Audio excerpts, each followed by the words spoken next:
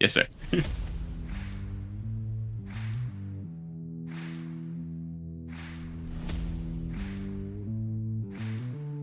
Welcome along, race fans, to this Precision Entertainment UIS Precision Speed Solutions Cup Series event here at Talladega. Welcome everyone to Lincoln, Alabama, for what is going to be a thrilling super speedway battle. My name is James Newton, here alongside Mike Robinson in the booth for Precision. Howie Burrows in the production booth, bringing you all the sights and sounds. Provided by Whiplash SimCams. As we get set here for a fantastic evening of racing. We have a look here at the Precision Speed Solutions Cup Series. We are currently in Talladega, heading out to Texas, Phoenix, and Las Vegas. We're also beginning here, Mike. We're going to be beginning the in-season tournament, which ends in Auto Club. Yeah, this in-season tournament is going to be pretty awesome. Talladega, the best place to start it. Super Speedways, baby. It's going to be fun.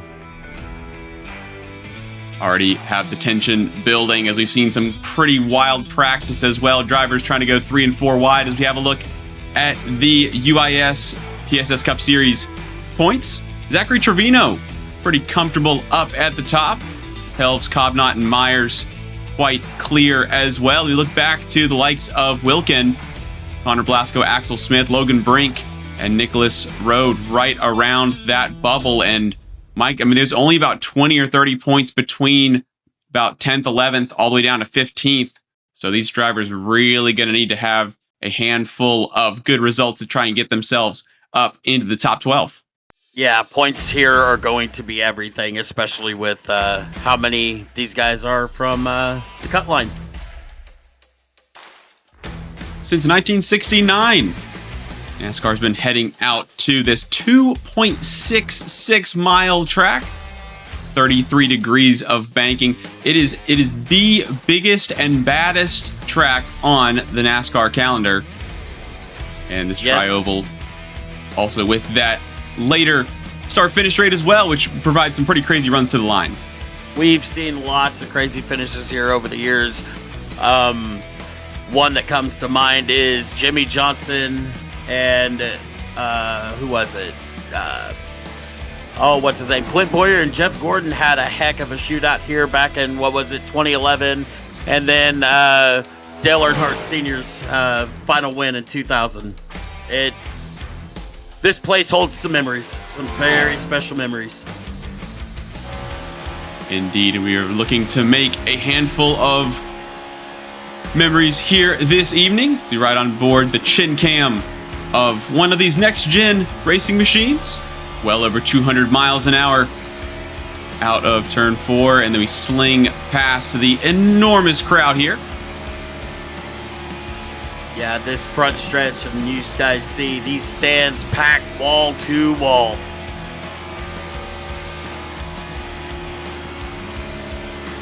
Drivers again getting everything sorted out, and we'll be bringing you the grid as soon as they are through with qualifying.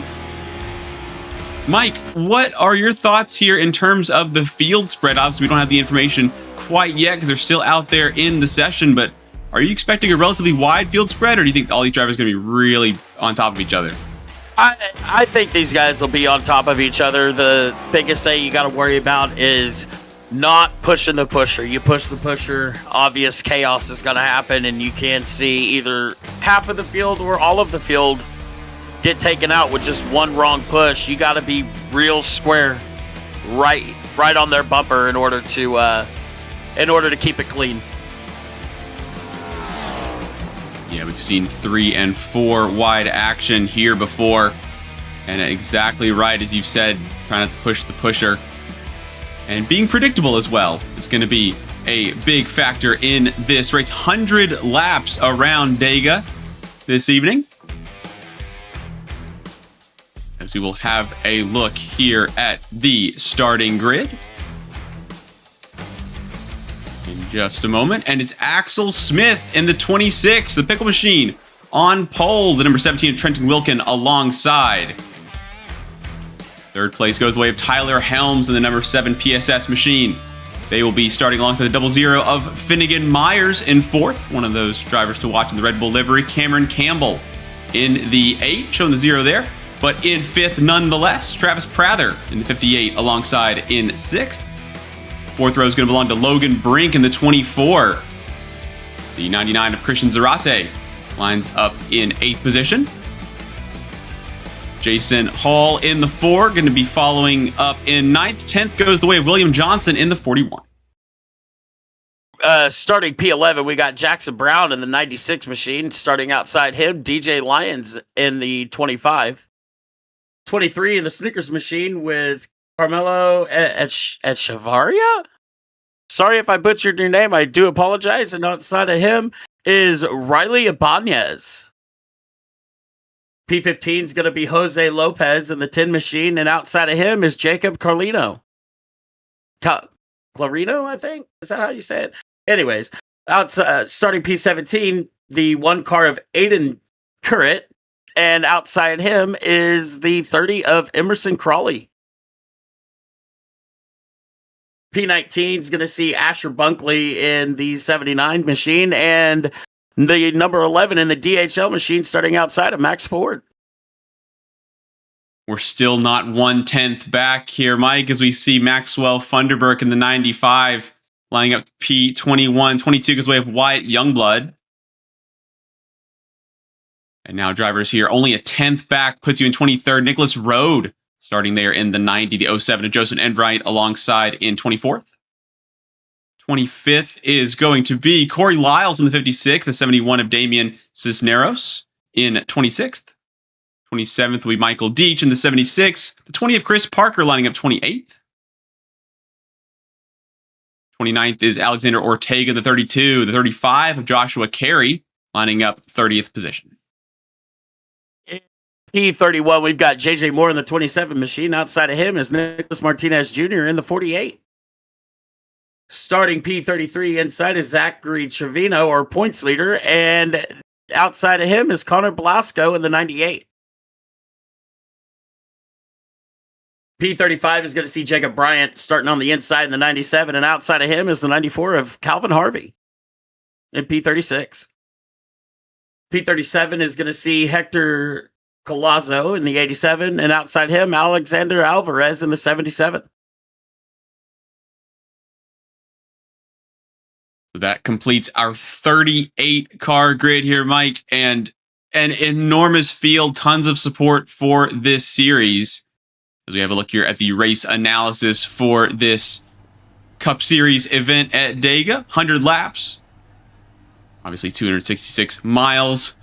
Thanks to some clever math there from the PSS series. Race stage 1 going to be 25 laps. We believe, talking to a couple teams, that the drivers should be able to go around 25 to 30 laps, depending on how crazy they push in the opening stages, whether they'll be able to clear the first stage. Stage 2 will be 75 laps and will complete the end of the event. Obviously, top 7 going to be scoring stage points.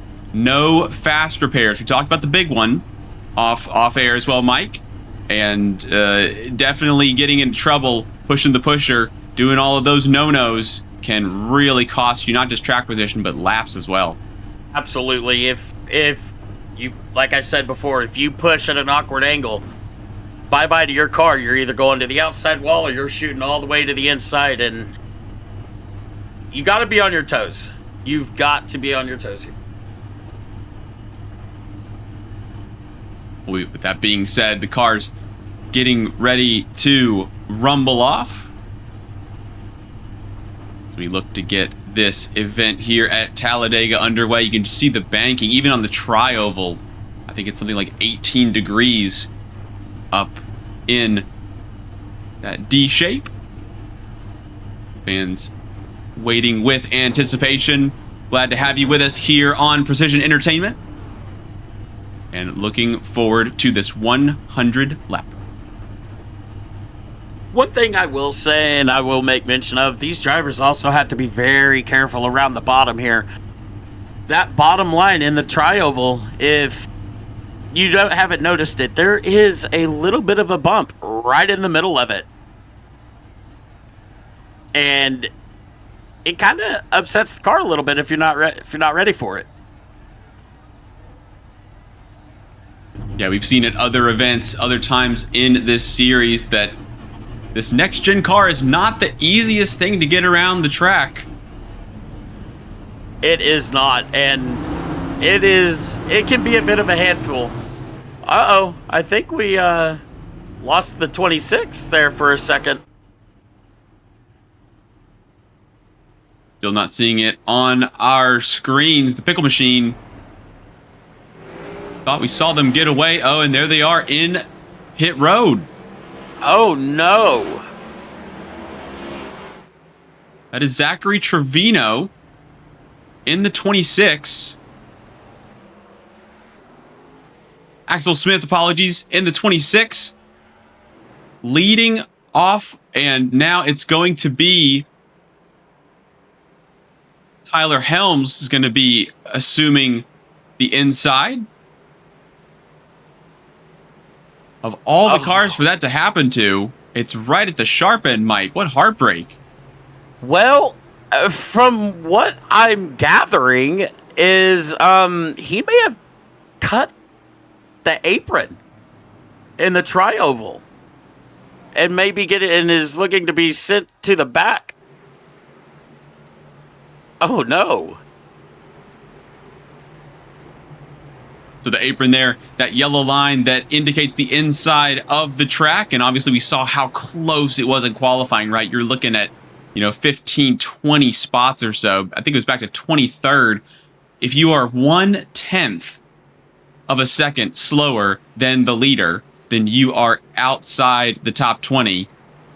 And so drivers looking for any advantage they can get, any kind of inputs are going to potentially slow you down if they're not helping you get around the track, helping you find that optimal line.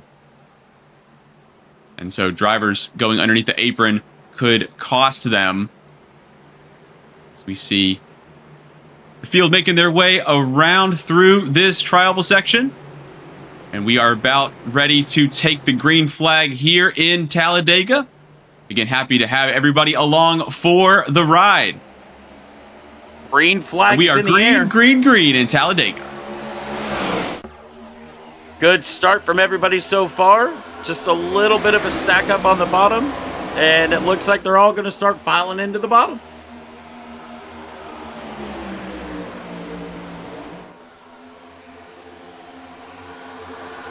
As we see here, them coming out of turn 2 down the backstretch, that bottom line just ever so slightly checking up.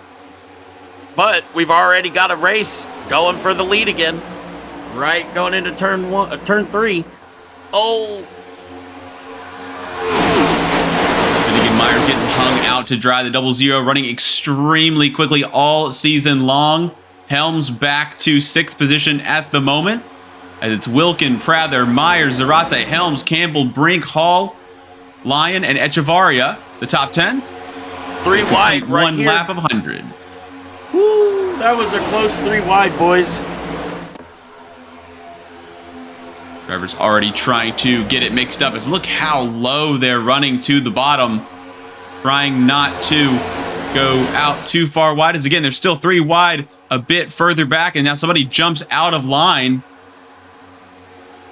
Travis Prather dropping way back, potentially outside the top 20. Myers and Wilkin still holding it out front.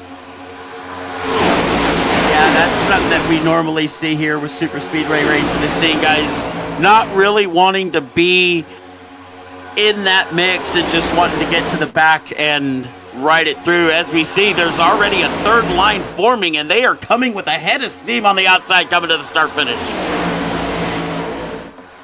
Certainly are on the way. There's so much space here until there isn't in the corners, as we're having a look at a couple of drivers jostling this way and that. In that bottom line, still trying to get both halves connected,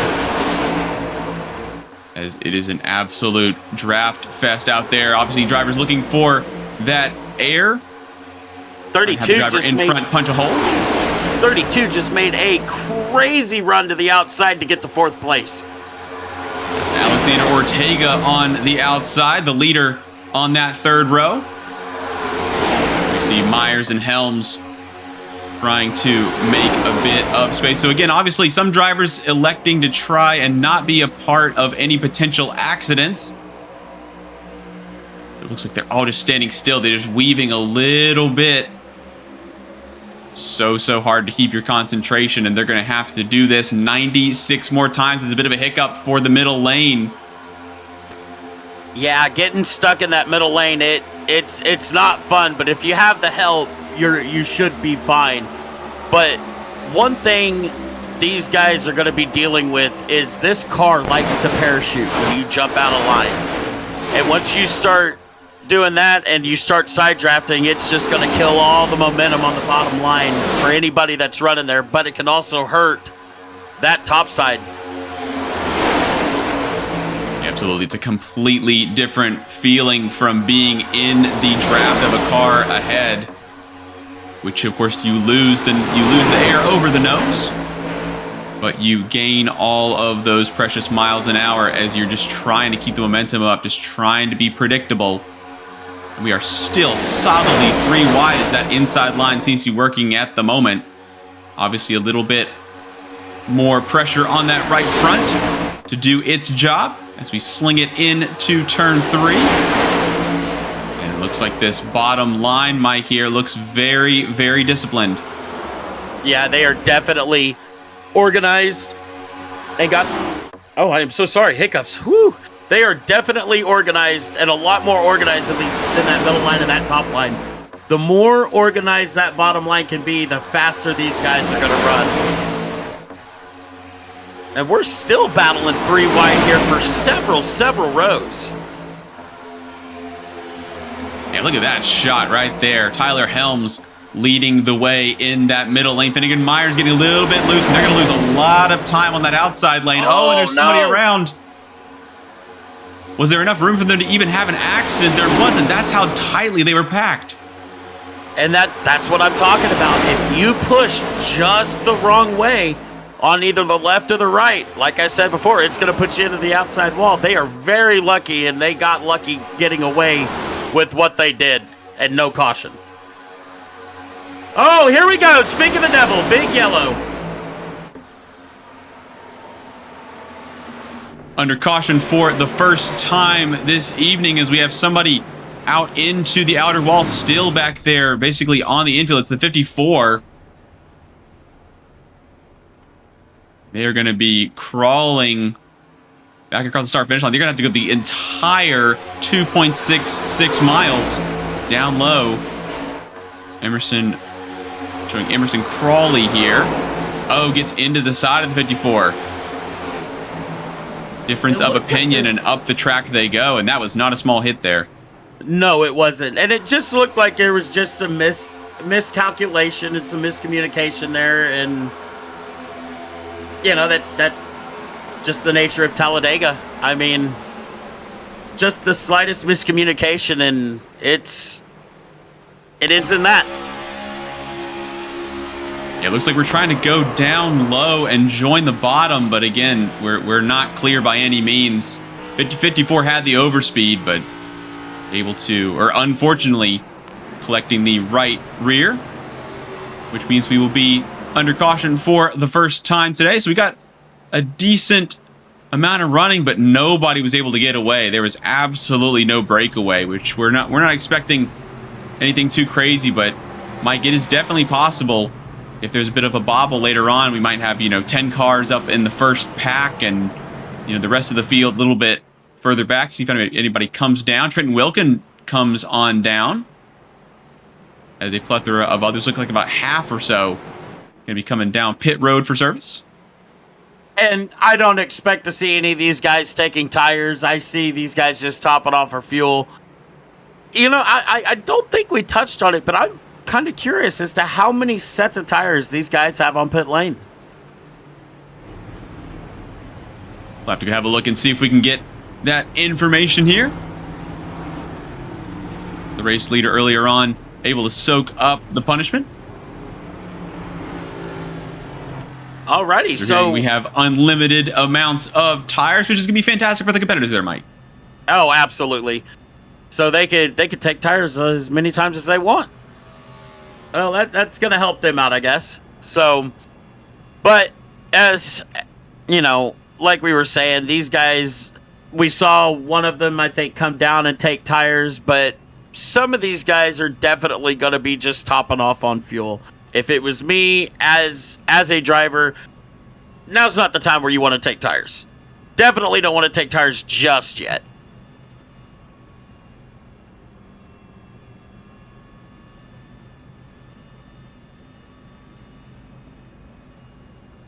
With that being said, interested to see your thoughts, Mike, on whether or not that's going to be hurting drivers who are used to saving tires. If you're looking at somebody, you know, like Finnegan Myers, we've seen in the past been able to run a set of tires. Tyler Helms as well, running very, very long on a set of tires. If everybody's got unlimited sets, then it kind of negates the fact that you are able to maybe, you know, save a set or kind of, you know, run longer on a set. Does that kind of play in the mind of a driver, or does all that kind of go out the window with the fact that we have unlimited? There's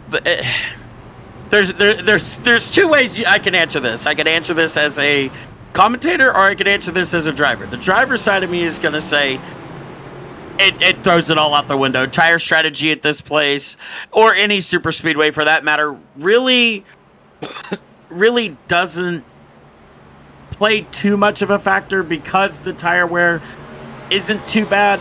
Now, if they decided to pump the power up to about 110%, then we might be talking about tire saving and tire wear. But right now, with there being unlimited tire saving, I just see them going full board, straight out going for it.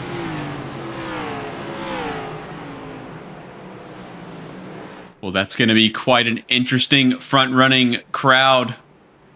Absolutely going for it here at Talladega. Just look at that, 33 degrees of banking up in the corners.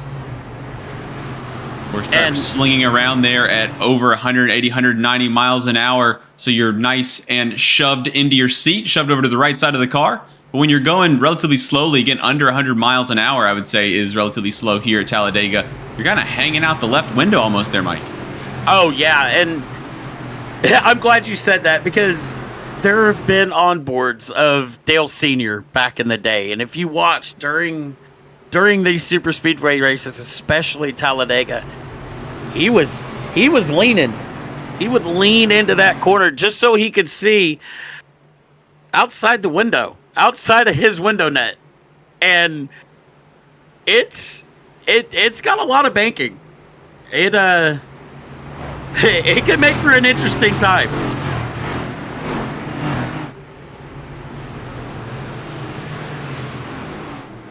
These guys making their way around. We are rapidly approaching the halfway point of our only stage of the evening. Almost a little bit of rubbing there on the underside of the apron. Looks like the pace car lights are out, Mike. I think they're going to get them wound up and going again. Yeah, as the pace car dips. Pace car dipping out. Indeed, Christian Zarate, Cameron Campbell, then it's Helms, Brink, Brown, Trevino, Collazo, Alvarez, Bunkley, and Aguilar Lopez. Your top 10. Who gets the better jump? There we go, 99 with a great restart off that bottom line. That's the kind of restarts that you want to have, but you don't want to get too far out front, because if you get too far out front, it's just going to let everybody behind you just steamroll you.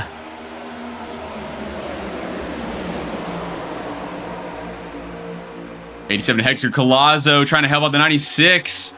Jackson Brown moving up to the high side. Helms going with them up in front. And now they also have help from the 0, which I believe is the 79 of Asher Bunkley. They'll fly through toward the back straight. We already got guys going 3 wide at the back. This is going to be interesting. This is looking much more aggressive here, Mike. Yeah, that 99 though kind of got left out and hung out to dry with everybody going to that top side just to kind of get their bearings straight. But we got a 3-car run right up here at the top going 3 wide. They're going to try and make that top line work, but I don't see that top line working this early in the race. That is here we go with the middle. Wilkin, Myers, and Ortega. Second, third, and fourth in that line on the outside, and we are solidly 3 wide now. It looks like a car park. They're bobbing and weaving, and it's Helms underneath. In the middle, you've got the 96 of Jackson Brown with a nose ahead. Now Helms powers through. 48 on the high side. Nicholas Martinez Jr. getting a bit of help from Wilkin, Finnegan, Myers, and co. As this is absolutely Talladega at its best. 3 wide, and they're still trying to find a spot. They have a blinker. 79, Asher Bunkley popping in and out, and that may be causing some issues as they now go to the middle of the road. And there is just absolutely no space for these drivers to have any kind of issue. Absolutely not. Real estate here is very limited, but track position is even more limited when you're this close together. And I don't know if you guys noticed it, but on that last lap, we had 3 cars that were nose to tail, with the 3rd car in line pushing the 2nd car and pushing the pusher. That was some of the most class that I have ever seen in any next gen race that I've been part of or called. Good job, guys. Drivers here in this PSS Cup Series extremely good at all sorts of different types. As Tyler Helms flings it up to the high side, gets collected by Nicholas Martinez in the best way. Now the 7's going to go for a ride. The 96 trying to turn Trader, going down to the middle. And here comes the 4 of Jason Hall, trying to shove Zarate in the 99 down the inside. We got 2 for the lead. And that high side's going to try and regroup. There's plenty of support, about 9 or 10 cars on the high side, as they sling their way through to begin lap 14 of 100, as we are over the halfway point for stage 1. These guys are just nose to tail, doing everything that they can. And these guys that are behind the front two, they're not going full throttle. These guys are trying to save as much fuel as they can, pending that another caution comes out so they can make that stage window. As we see, the car on the outside just gets a little bit of a bad push, but is able to gather it back up. That middle line and that bottom line are really, really organized. Oh, a little bit of a wiggle there from the 48. Apologies, the 99. Trying to get back in line with the leader, Tyler Helms, who seems to be orchestrating things out front. Ran the high side, ran the middle line. Oh, big one! 4 wide, big one! And that's just what I was talking about early on in the race, early on in the pre-show. You don't want to be in that spot because there's your big one. There's big one of one so far. But that's what happens. That's what happens when everything gets to be racy and shuffle about. Oh, they're 4 wide, Mike. Oh, and the 96 straight up into the wall. It looks like he kind of got hooked. Might have just gotten a bad push too. We'll see here. Oh, nothing yet. Oh, the 79 just got turned down, and that's all she wrote.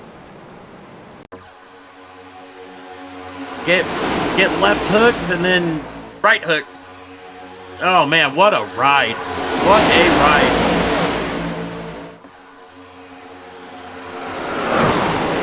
Oh man, that's just massive. That is a heck of a hit too. And again, remember, no fast repairs here in the UIS PSS Cup Series, so drivers having any kind of damage, especially aero damage, obviously you want to have the car running as healthily as possible, But aero damage is a big factor here at Talladega, on any super speedway for that matter. It absolutely is, because here. it will. Remember earlier how I said these cars will parachute if they're side by side and pulling out of the draft? It's even worse with that damage. Man, that's just a hard hit into that outside wall. And I think that took out almost half the field. Yeah, here on lap 16, about half the field, as we see a majority, almost everybody coming down to pit road.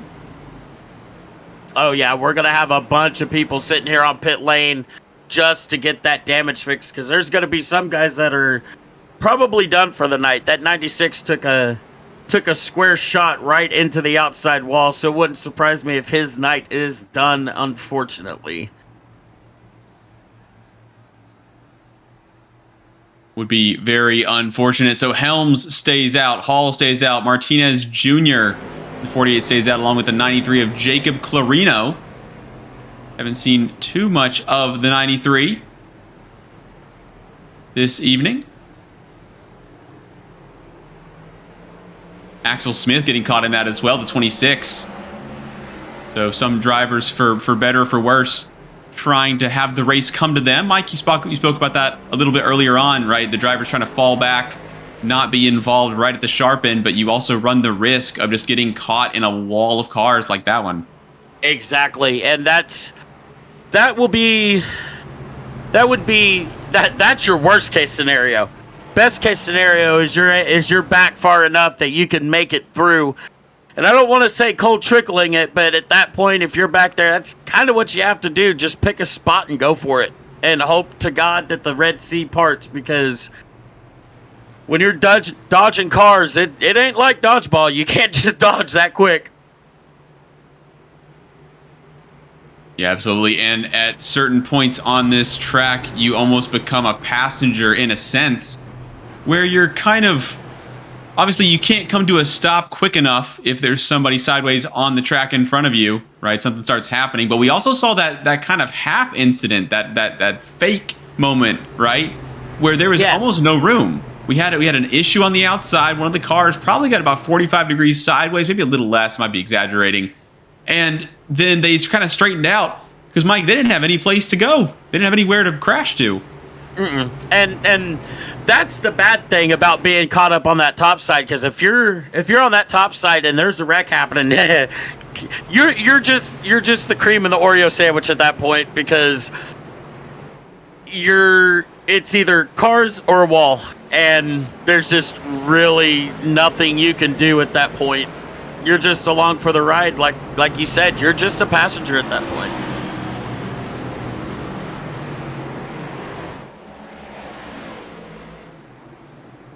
Drivers continue to shuffle back into order. So we're going to get this 2x2 formation squared away. Tyler Helms on the outside. Jason Hall electing to go down low. Jacob Clarino, Michael Deach, Cameron Campbell, William Johnson, Christian Zarate still up in the top 10. After that, DJ Lyon as well in 25.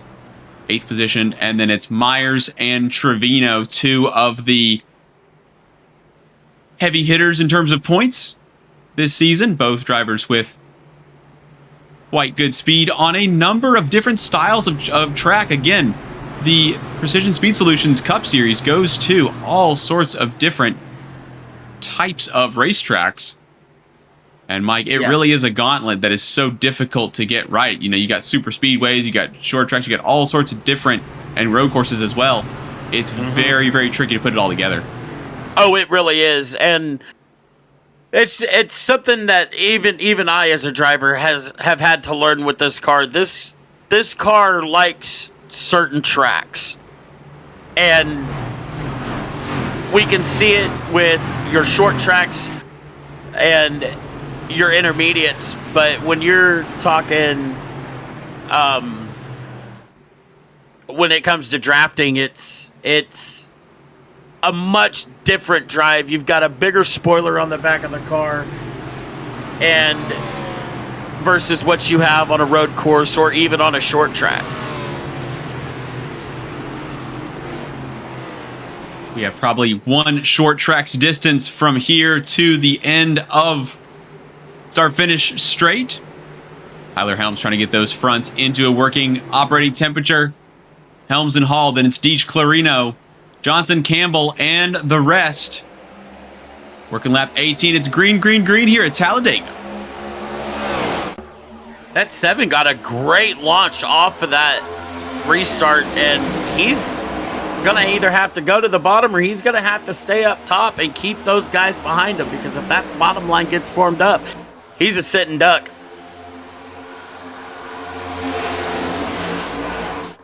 William Johnson in the 41, third in line on the middle.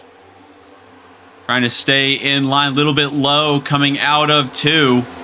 Getting plenty of help from Christian Zarate as that 4-car quartet makes their way through. Faced by 34 other angry machines. They make their way on to the start-finish straight here at Talladega. And now Tyler Helms again trying to play the field the best they can, trying to orchestrate something.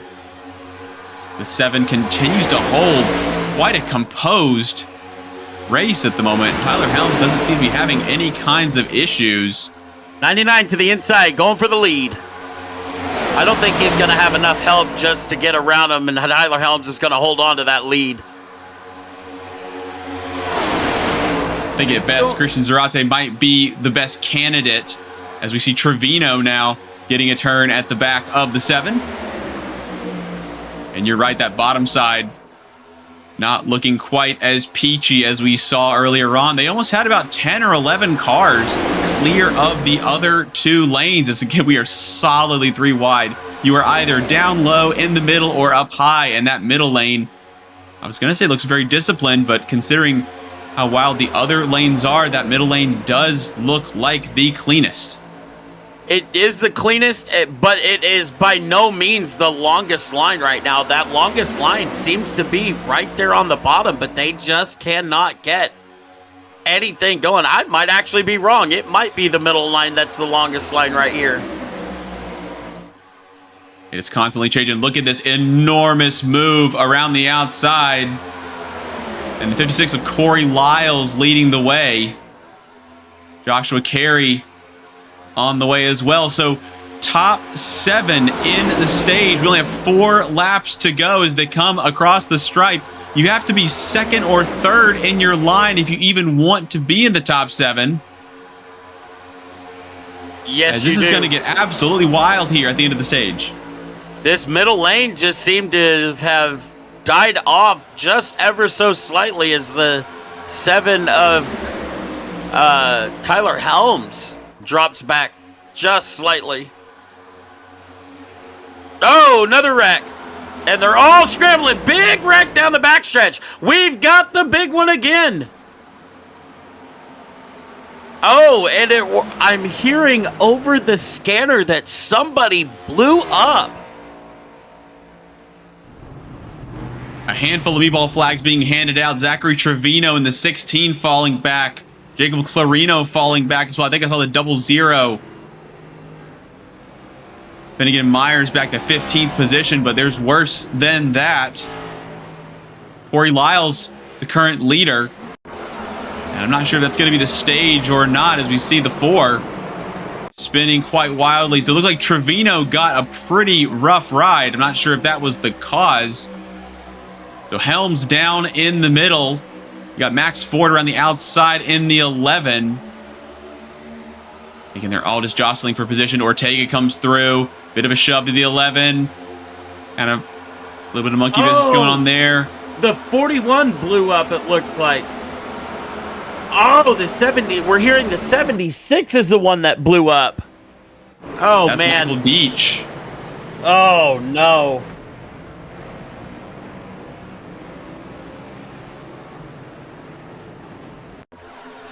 We can obviously see that there's some damage on the front of that car there, Mike. We'll have to have a look at running 2nd at this point. Yeah, oh yeah, right there. No, he blew up. There's the puff of smoke. Nope, he blew up. He just overheated. That's unfortunate. I've been on the receiving end of that at a season opener race before, and that's just something that you've got to keep an eye on. You can't be up on somebody's bumper for too long before your water temp decides it wants to send. Oh man. Well, and that, you know, like I was saying, you don't want to be on somebody's bumper for too long, because if you do, you're gonna send a piston Mock Jesus into the stratosphere, and there's just nothing you can do about it. You gotta really watch that water temp, because once that water temp goes up, you're gonna have a hard time bringing that water temp back down, especially if these guys are running 3 wide like they have been.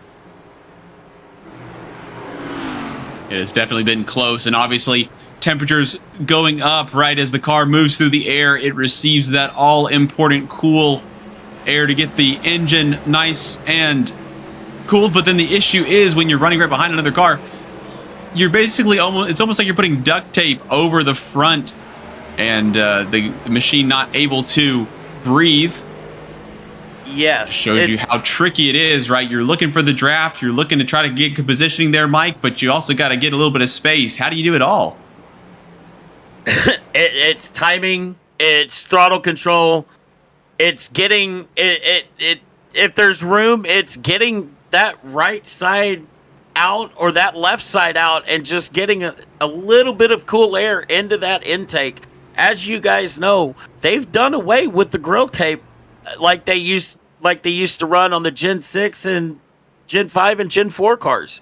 We don't have grill tape anymore. So these guys are having to definitely drive it like there's still grill tape on it.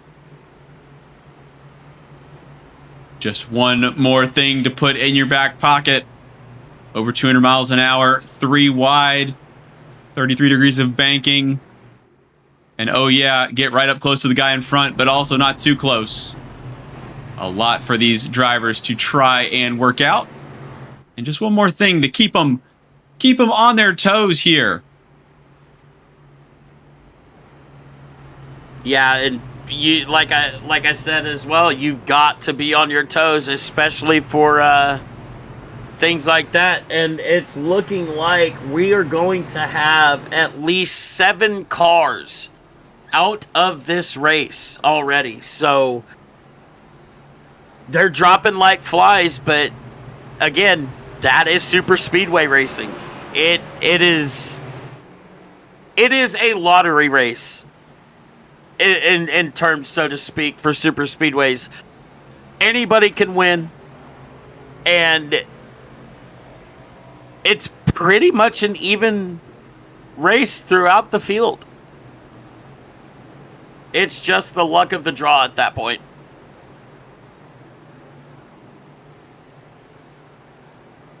Tough breaks for 7 drivers that we have unfortunately lost. Still a 30-strong field.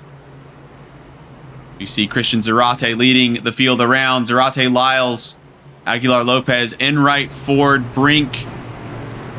And it's changing all the time, but Rode and Echevarria next to each other. Waiting on confirmation if that's going to be the stage. The pace car lights are out. You see a couple of drivers trying to make it back around to the back of the field.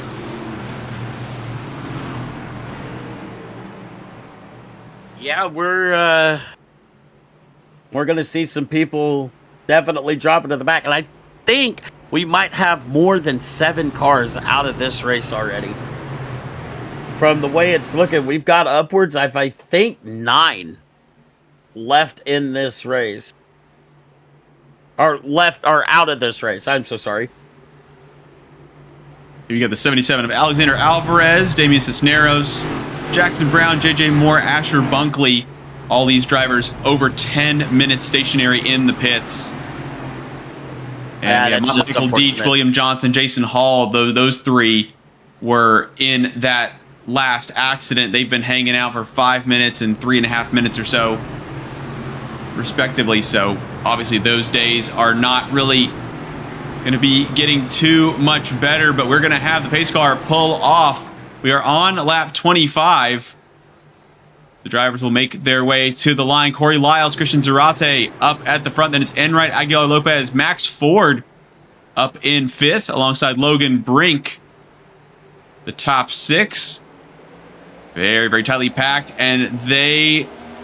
Looks like the inside line tried to go. And now they go there. Christian Zarate answering back as we go green once again at Talladega. Yeah, it looked like that bottom line just stutter-stepped for a second and then decided to get going. But there's a little bit of a gap out back as we see the 32 getting ahead of steam. 24 just kind of disappeared off your screen there for a quick second. But he is back, and they are already got some people dropping to the back. And 17 got pushed below the yellow line. Big, big moves for the lead of this race as Trenton Wilkin, the leader earlier on in this race, getting shuffled back well outside the top 10 down to the top 15 as a big move. Max Ford down the inside. Christian Zarate banging across the line. Finnegan Myers getting involved as well as the inside line trying to come back through. Don't think there's enough help right now. That outside line is your longest line on the track, and they are making it work. The biggest way to make that outside line work is to have everybody that you can on that outside, because once it comes into play, that outside line can get to be very, very, very fast. When it comes to teammates, do you ever get a call from the front letting you know, hey, go to the middle, hey, go to the high side? Try and help me out here, 10 cars back. Oh, absolutely. Oh, these guys are dancing. They are pushing hard, and they are dancing all over the track. Ooh, boys, hold her steady. That middle line seems to have died off just a little bit. They're all getting formed back up on that bottom line. That bottom line is starting to come back into play, boys. The 26 of Axel Smith giving a shove to Alexander Ortega, who was behind the 24 earlier on. And Ortega, once the only car for about 10 cars back on the bottom, now has all the help in the world. As it's Ortega, then Smith, then Martinez Jr., then Blasco. Funderburg as well down low. 37 of White, Youngblood the first in that middle lane. That 26 car is making me hungry. It's making me want some pickles. Axel Smith running the pickle machine. Currently not in a pickle at the moment. They've got the help from Connor Blasco in the M&Ms behind there. They're really trying to get us to start snacking here, Mike. They've got M&Ms, pickles, all sorts of stuff going on as we see that middle line trying to answer back. Oh, yeah. These guys are going... They're going for it. They are full pedal to the metal right now, and we're only 29 laps in. These guys are fighting for all the real estate that they can get because, like we talked about before, top 7 at the stage get points. So these guys are trying to maximize all the points that they can get, especially at the stage break. Incredible how low the middle line is running, right? The inside line has a big move down underneath the apron. Looking for something there for the 26, and Axel Smith pulls out a line. You talk about that parachute effect. And then 26 is going to drop, obviously, on purpose. It does look like he's dropping on purpose, but the Benny Parson in me about came out going, oh, he can't do that. But we saw that it looked like he was just trying to get out of line so he didn't blow up and get to the back so he can get some cool air and just kind of bide his time.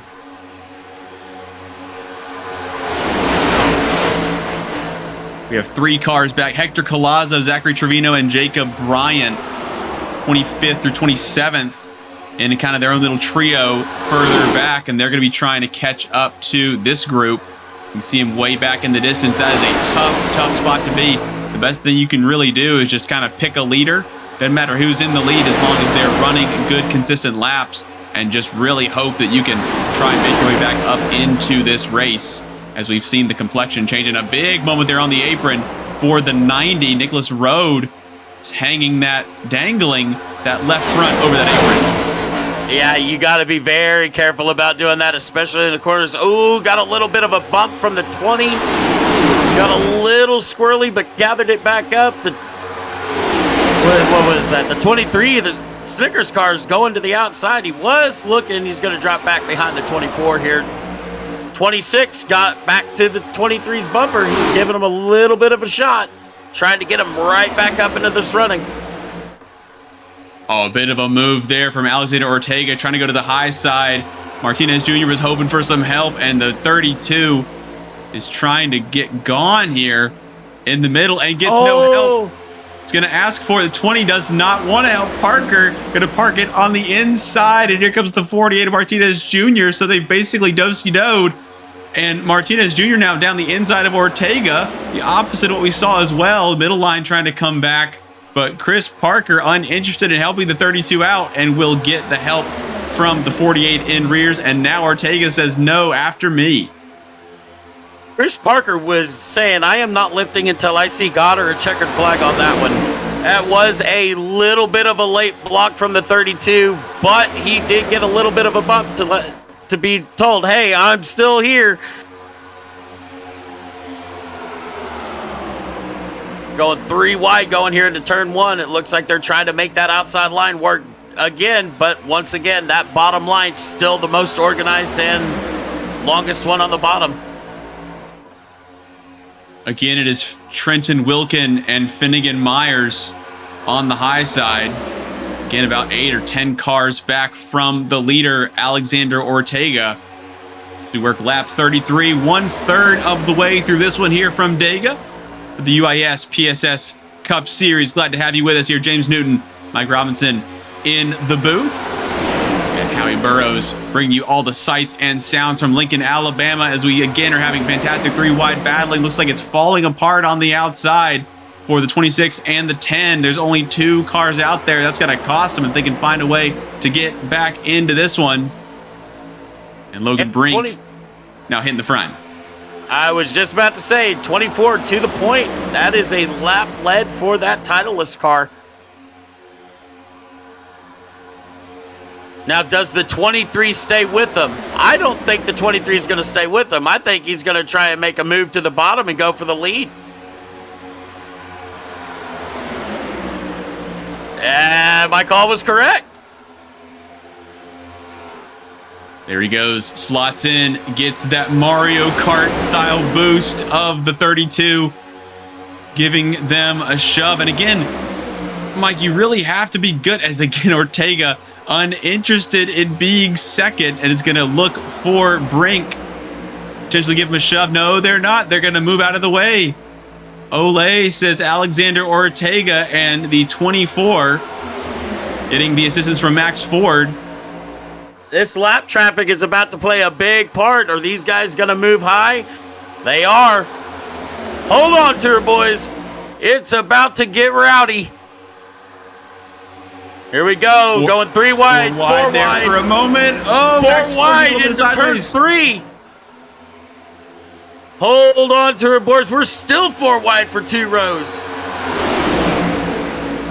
Max Ford slotting right back in. Good job holding that line and holding a steady wheel. To be able to go 4 wide, you have to hold the steadiest of wheels. You have, and like they said in Allstate, are you in good hands?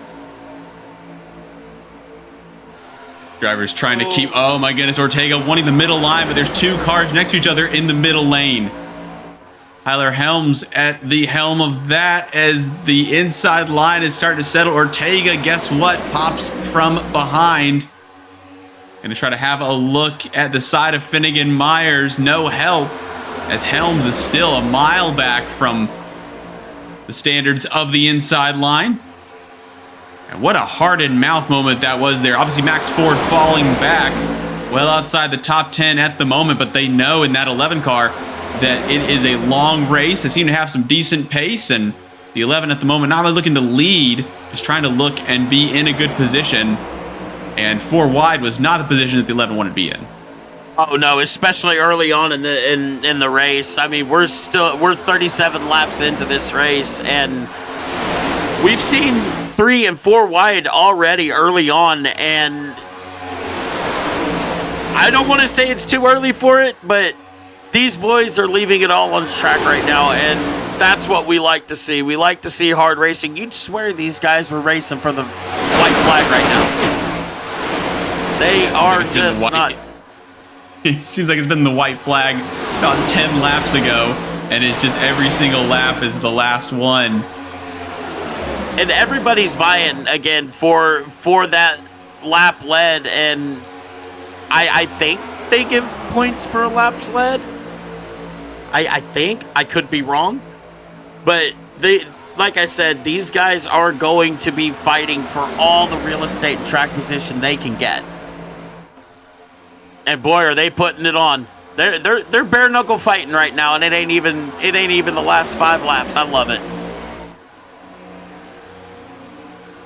Very, very big moves throughout the field here as we work lap 38 of 100 here at Talladega. Big shot from the second in line on the middle lane. 32 of Alexander Ortega, one of the feistiest in the field during this event. Finnegan Myers, one of the most reserved, but still very quick in the 00.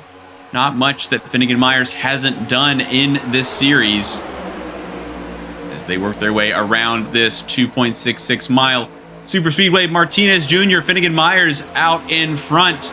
Wilkin, Ortega, Parker, Helms, Blasco, Lyon, Rode, and Logan Brink currently in the top 10. That is absolutely changing in the next 10 seconds. I can guarantee you that there, Mike.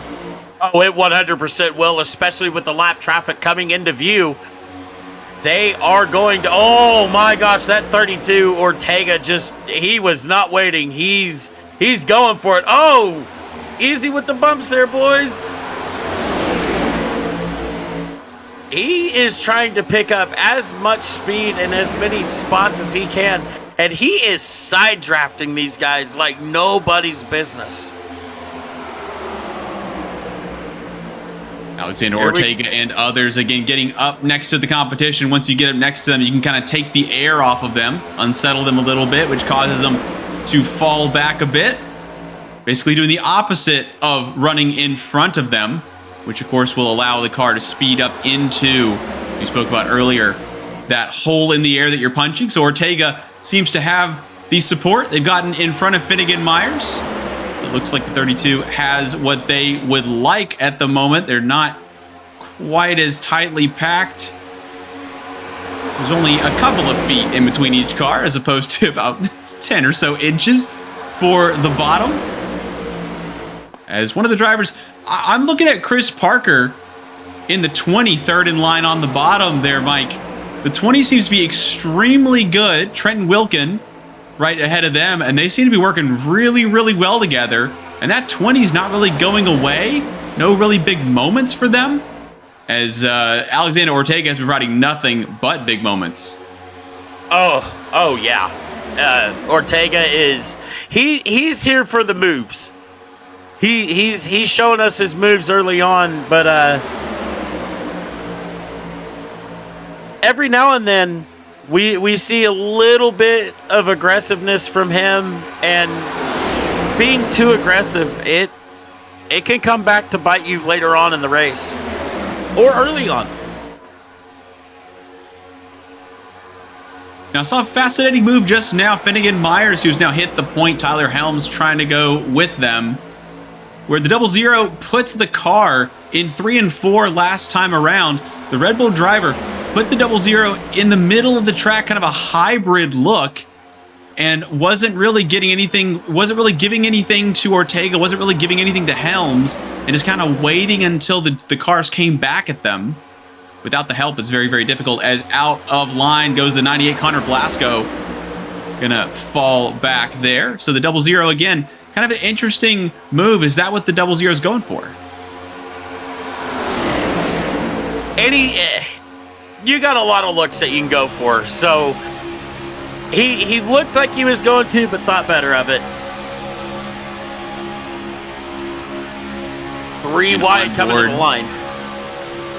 Absolutely. And right here, Mike, this shows you, this is the in-car camera. Obviously, we're on board with DJ Line. We're looking at 7th position. It is so difficult to see. You have a car parked right in front of you. There's a car in front of them. There's somebody on our left. A lot of times there'll be somebody high side on the right. And so whenever there is an issue, whenever there's some kind of accident up ahead, this is all you can see. You have your spotter who can yell over the mic. You've got teammates. You've got, you know, the experience the drivers can pull on, right? When this happens and that happens, there's a high probability of a wreck. And drivers have had an extensive amount of running here at Talladega for a majority of the field, but it's so difficult, cramped in that cockpit as well, and drivers trying to keep their focus, keep out of the doors of others as somebody flying around the outside further on back. Not sure how that's going to pan out. That will be the 93 car, and he's just a single car out there just trying to side draft to make up as much as he can, but he ain't going to get very far being just one car. But back to what you were saying about the what was it? The field of view. You don't have much of a look at all. I mean, it's just a bumper and a big old spoiler. So, but the spoiler ain't near as big as what we saw back on the old Gen 6 car before they actually changed it. So, a little bit more visibility for these guys, but it's still very minimal visibility. And if there is a wreck in front of you, all you're going to see is smoke before you get to the wreck.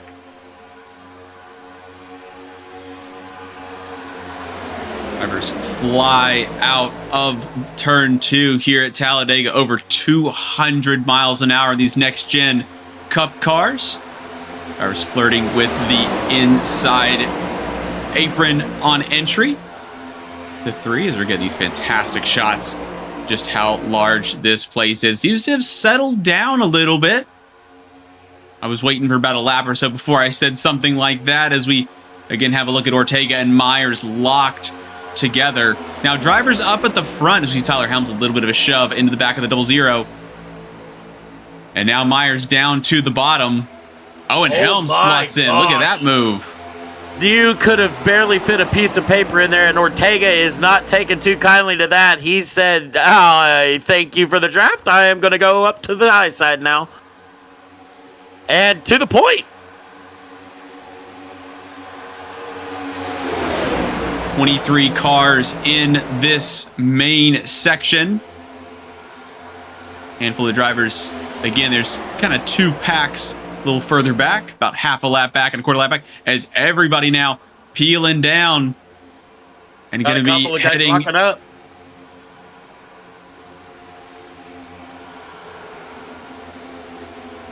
It's looking like this is our first round. The pits.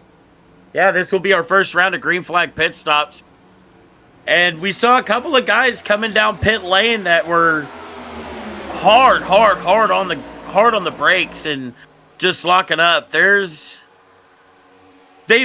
started to move the pit lane commitment line a little farther back at the super speedway. So these drivers don't have a lot of time from coming off turn 4 to being down pit lane, because they got to be jumping all over the brakes right as they're coming into the flat. Right about here, you're going to want to be jumping down to that bottom inside and getting on the brakes real fast, because that pit lane will sneak up on you, and if you're not ready, you're either going to spin coming into pit lane or you're going to pop a speeding penalty, and both are extremely costly. Very important to get the execution correct. You see Campbell and Enright, that duo coming down pit road. As you can see there, 17th Finnegan Myers, as this group of about 14 drivers, I believe. Yeah, these guys are trying hard right here to stay in line, because I do apologize. These guys are the sole. This is your main pack, and these leaders are coming up on these guys that have already pit. So don't be surprised if we see these leaders in this lead pack start coming in within the next 5 to 10 laps.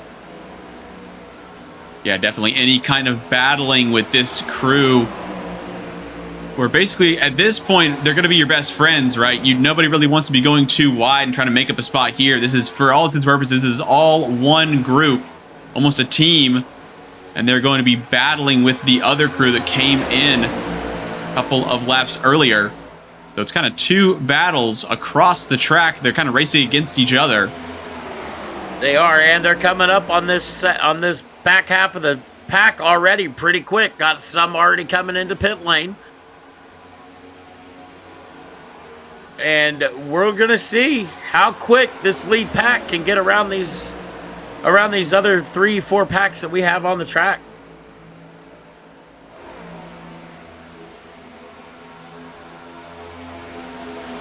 Have a look here again. Jacob Bryant currently running in 13th position. Who's the driver is basically the driver highest up.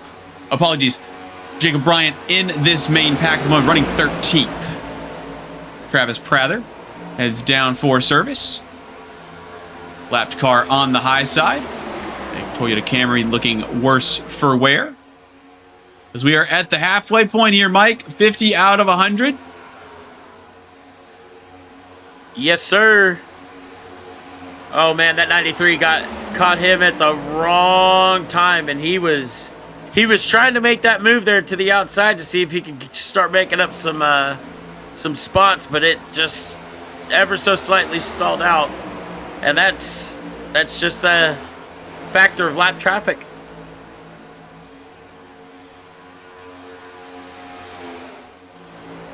See the 26 Alexander Ortega.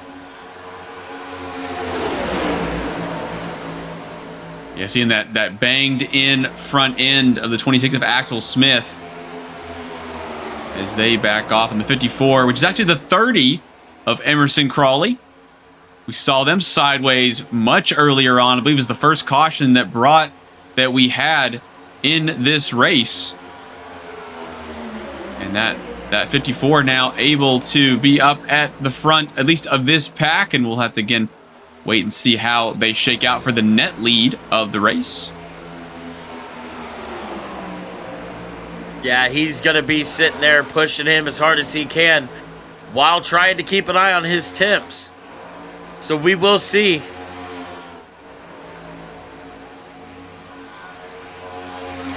Because, boy, he is locked onto that rear bumper of the 32.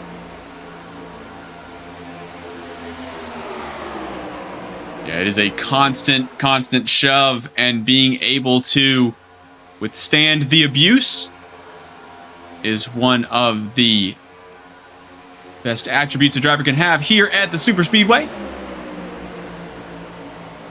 They are not giving them any kind of quarter. The 54 seems to prefer being right on the apron, while Ortega in the 32 seems to prefer being right in the middle of the lane, so hopefully they can try and get that worked out. And now it looks like the 32 kind of going a little more shallow.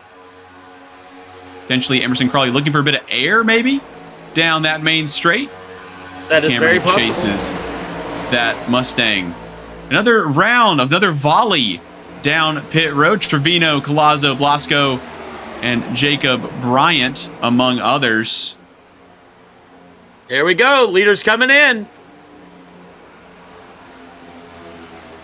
Everybody trying to get down to pit road, and we see a couple puffs of smoke as they're battling to try and make their way in. 32 hanging the rear end out a little bit. Get it in the box. Get it up on the jacks. Expecting foreign fuel from everyone. See Max Ford. Oh, is the Maxwell car. The number 2, it looks like.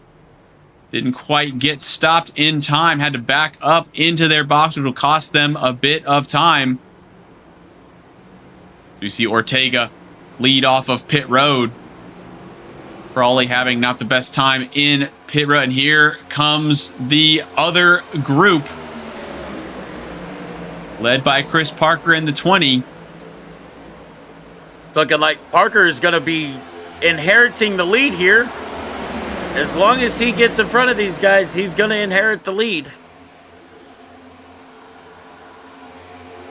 Got Parker, then Youngblood, then handful of others. Oh, and a big juke there around the 32, trying to blend back in. As Parker now almost pulling off, it seems.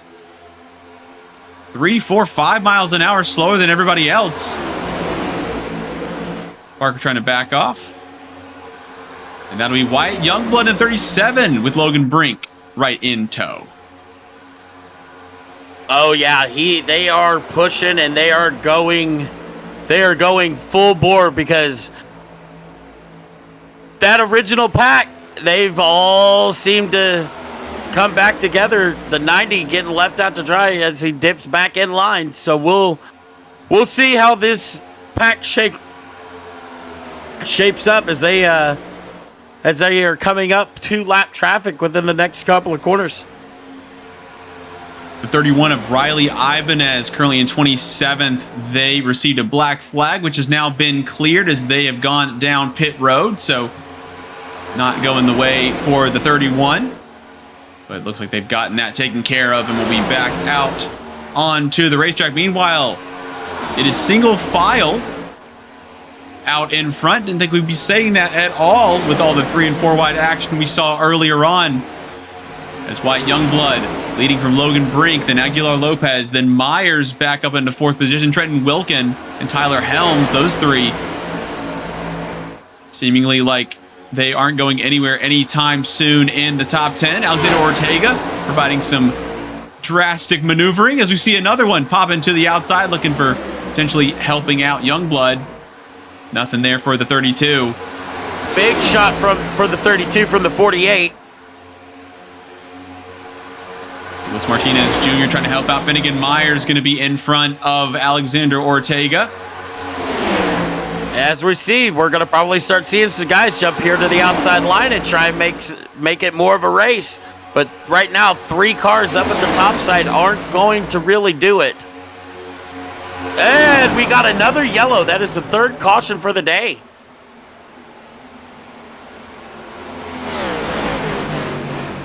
Third caution out here for the UIS PSS Cup Series. Trying to look and see what that was for. I've just got Christian Zarate in the 99 falling on my driver tracker. Currently running in 24th at the moment. As we will catch a replay. There's the 99 second in line.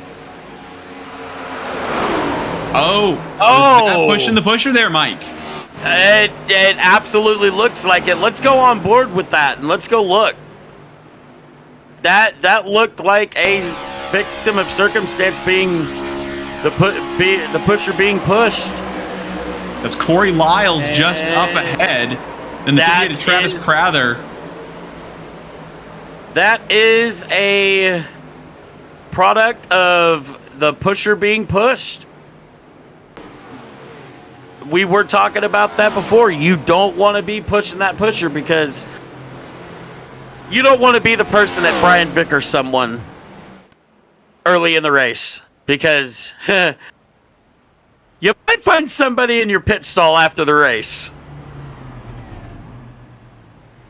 Yeah, wouldn't want a virtual fight, or at least I wouldn't. I know some fans who are interested in the extracurriculars, but drivers, again, just trying to have a good finish. We've been treated to a pretty good show. Again, 3rd caution of the day. So it's Logan Brink, Aguilar Lopez, Myers, Ortega, Wilkin, and Martinez Jr., your top 6. Does that change? Yes, it does. We have 1st, 2nd, and 4th heading in. Myers will stay out and assume the lead of the race. Oh, got a little stack up here on pit lane, it looked like.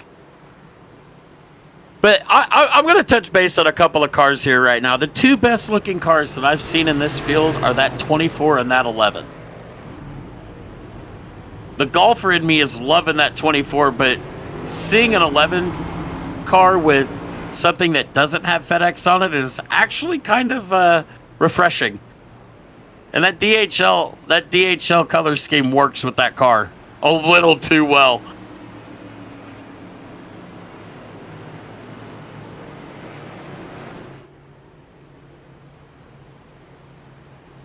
Having a look at that 24, which kind of makes me, it gives me kind of the Formula E Porsche paint scheme, that 24 Titleist for Logan Brink. It's got it's very clearly, it's just 3 colors and line them up and paint it up. You know, how hard can it be? Obviously, some other really good liveries out there.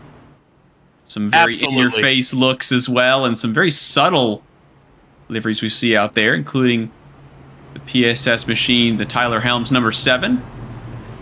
One of those that has been run for a while. A couple of Red Bull liveries out there as well, including the 00 of Myers out in front.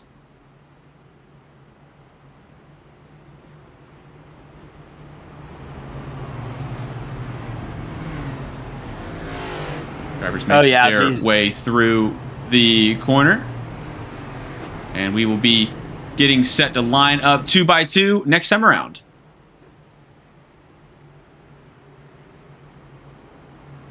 We got about 42, 43 laps to go. We're probably going to see some. We're probably going to see a lot more Hail Mary moves here in this last 40-something laps. So hang on, boys. It's about to be a ride. 20 coming down pit lane, 98. Looks like a couple of others at the back are coming down pit lane. I wonder if they're going to be topping off and getting some damage repaired. Yeah, we're seeing Max Ford in that very handsome 11, the 26 of Axel Smith, making their way down pit road as well. This driver's trying to see what they can do. Again, from what we were talking to some drivers about before the event, some teams were saying that around 30-ish laps was the goal for fuel. So by that math, obviously, we are well over that limit. And again, we have we have plenty of tires, I'll say it that way. Tires will not be an issue in terms of saving. It'll just be in terms of if you shred them right at the death. Drivers like Ortega, thinking of other drivers that have made some pretty hefty moves. Trenton Wilkin earlier on, Tyler Helms also kind of orchestrating up at the front, using that right front up a good amount.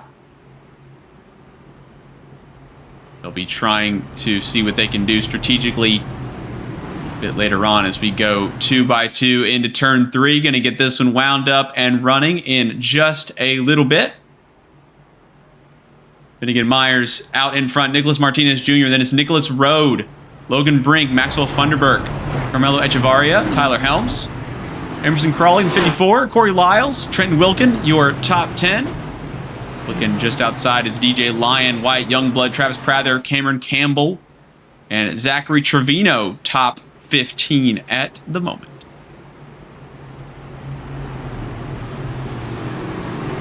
Yeah, these guys there's still a lot of really clean, fast cars here left in this race. So we're gonna see some slobber knockers going on with this race. That bottom line being the longest one, and we're gonna be going green here any second, boys.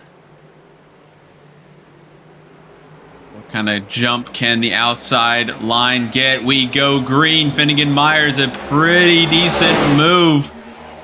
It looks like outside line looking quite strong as we go green once again at Talladega. That was a great start from the 00, and those 3 cars just got out front and they went. But don't count out that 48. He's going to get right back up to that bumper, and oh, there he goes. He's making a move to the outside. Tyler Helms right behind him. Logan Brink sliding up into the middle of him to get up there with that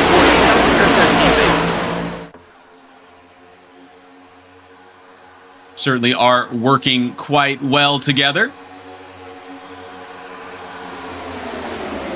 Again, a little bit of indecision across the line with 40 to go here at Talladega. Myers wanting the outside line. Nicholas Rode having a look at a face full of air.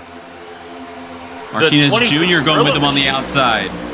That 26 Gorilla Machine with the 32 of Ortega and Chris Parker, and Tyler Helms with a hellacious move to the outside. 3 wide down the backstretch. Boys, we've got a mean drag race going into turn 3. There's 4 on the outside. I was going to say, is that going to be enough? But there's only 3 on the inside until the 54 of Crawley can join up. And now they cash the chips in and move back to the middle as Helms slotting up in front of Axel Smith, who's now not quite hit the front. And now Ortega trying to have a look underneath. Not enough help just yet, but don't count him out. He has been making all kinds of moves this race. 32 looking to the outside one more time. He's going for the lead, boys. I was going to say he had Finnegan Myers in support. He now has Axel Smith that he's going to try to be supporting. And Axel Smith, starting from pit lane back up here into the point, has made up a lot of ground. So he took his smack on the wrist and decided he was going to come back and play. A lot of drivers moving a lot of spaces, and you're seeing a lot of drivers coming up through the field. Nicholas Martinez Jr. up 28 or 29 positions, depending on the second. Axel Smith has made no gains, but we know that that is not, the tail of the tape is not correct. As now we see the 26 in no man's land down the middle. Anybody going to be helping out is Tyler Helms, now down to the inside on the back stretch. Fading is the number 7. Myers going with Ortega up at the front. The 90 of Nicholas Road currently 3rd in line. And where does Helms fall back to? I mean, well outside the top 20. 24th.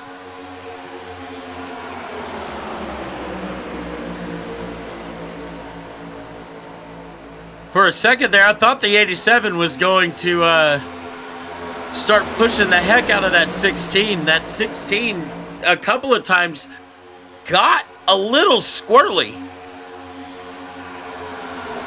87 to the outside. He's going to try.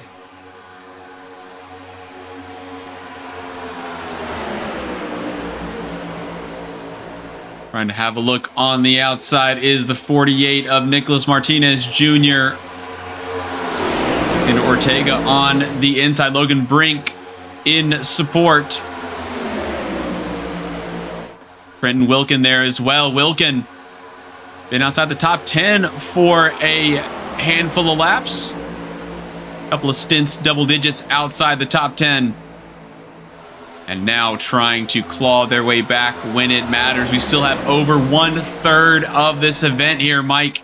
Which car has been impressing you the most in terms of how they've been able to keep their composure and handle this race?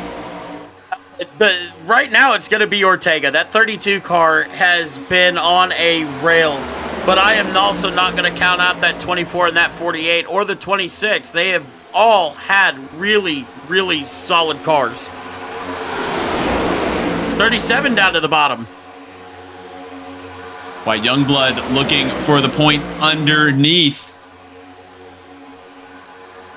As again, drivers, it just seems like it's just simmering. We have these long spells of 2 wide, drivers trying to find their rhythm, trying to find their buddy and just get into the groove. And then they look at the single digits or 20 something laps to go. Whoa, big move there from Ortega. Man. Very close to getting into the side of Youngblood and Myers. And wowee, that was heart in mouth moment for the 32. Yeah, you got to be really careful getting racy down there on the backstretch, because if you push somebody down past that double yellow line, as we see in real life, you will get a penalty if you force somebody below that yellow line. But don't count out people getting mad and coming back up the track and fighting for their spot back and bullying their way back through. There is a very real sense there, Mike, where if you have the car in a certain position, the other car has to kind of live with it, right? You know, I'm here. Oh, the 37 almost my gosh. around 3 wide again. And is anybody going to pick up the car on the inside? The cherry red 37 looks like they're in some trouble. Looks like he's going to hold it there and keep that 54 or the 30 in the middle lane. This is going to get spicy. 3 wide for 2 rows. Looking at 3 wide for 3 rows. There's an 8.5 car breakaway as it's looking like they're trying to get back in line. Of course, the slipstream will help bring them back into contention. They're not out of it by any stretch, but we are proper 3 wide now. The 26 up on the high side. Yes, sir. And the 17 going with them. They're trying to make that outside line work. Once again, we're getting back to that 3 wide racing, and this is what we were kind of... Oh, 32 with a big wobble down the back stretch. Able to hang on to that one, but it's getting quite dicey. The drivers know that they are under 1/3 of the way to the end of this race. Coming to the line, at Talladega. They're going to have 31 to go coming to the line. Boy, they are not playing. The 90 making a move to the outside. It's going to leave the 32 and the 0 and the 23 all on their lonesome. The 90 does not want to lose that push. Drivers trying to look down the inside. That's the 95 Maxwell Funderburk, and Nicholas Rhodes says, no, you push me. I don't want to get left out. I don't want to get that parachute effect.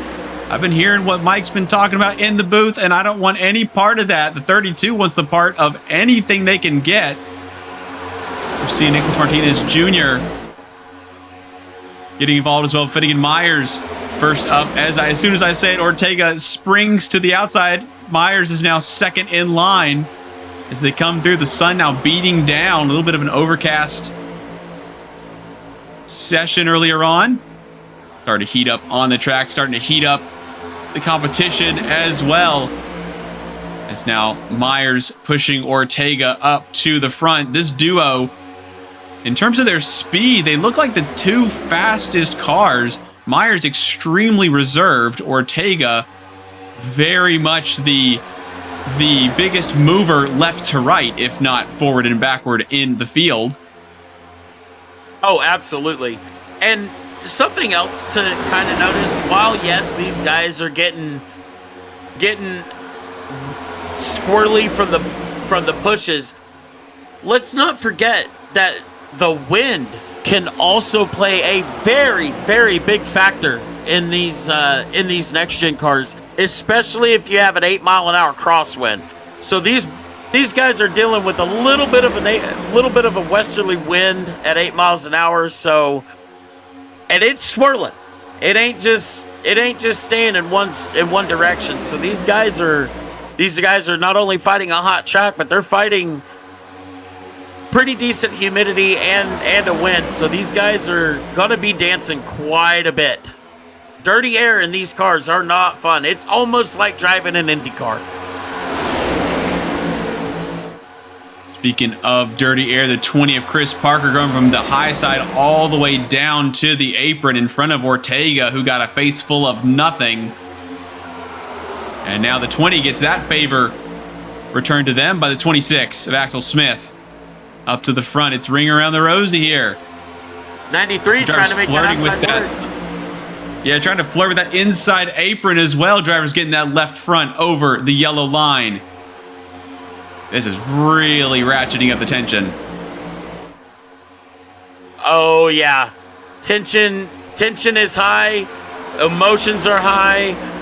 We're coming up to 3 laps to go with a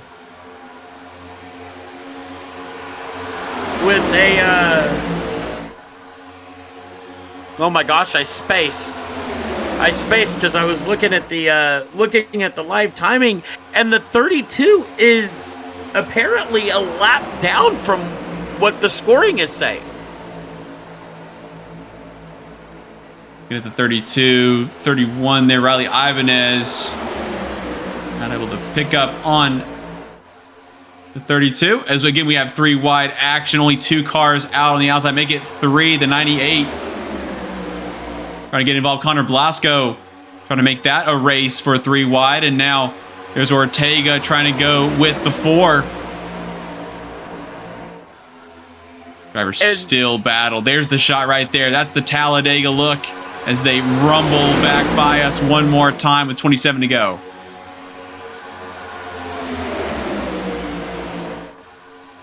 Two cars coming down pit lane. And I'm being told that the 32 is actually trying to stay in the lucky dog position pending we get a wreck. Yeah, that'll be the driver that is in the lead of the race, that is basically 1 lap down. So pending any kind of caution or issue, they would get their lap back. Or Ortega still slinging that 32. They're doing 200 miles an hour, and he's whipping it like we're in a car. Oh, and speaking of whipping it, the 24 able to hang on. What an enormous moment. Could have completely changed the entire complexion of the race. The 24 of Logan Brink going side by side. I believe that's the 93 it is on the outside. He's been trying to make that outside line work all night, even by himself, and he was trying. He's trying, and it's so far it's working. But that Jacob bottom Clarino. line. Oh, we got a blinker right there in the middle of that.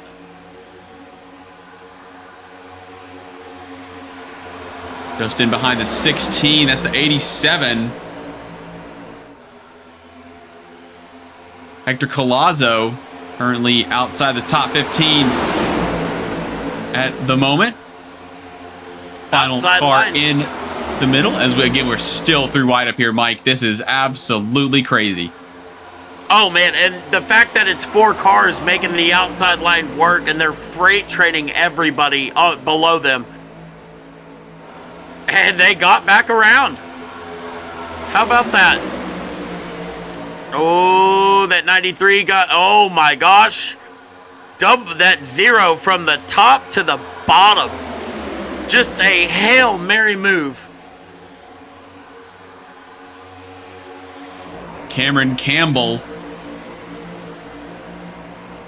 in the 0 machine. Ortega has a look, tries to see what they can handle. They're giving him about as much as anybody could. The 32, couple of jabs, and now is going to give a shove. Ortega's got to be very careful because he is in the lucky dog spot, and if he gets caught up or causes a wreck, he will lose that lucky dog.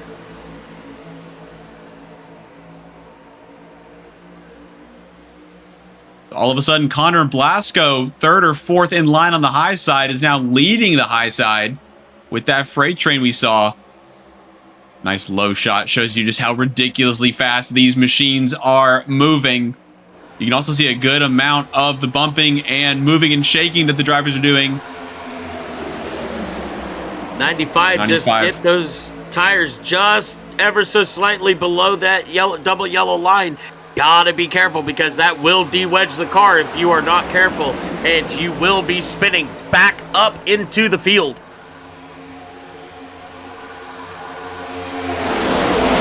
Coming across the line this time by 3, almost 4 wide. They are fanned out, but it is still all to play for with 22 laps to go here at the Precision Speed Solutions Cup Series.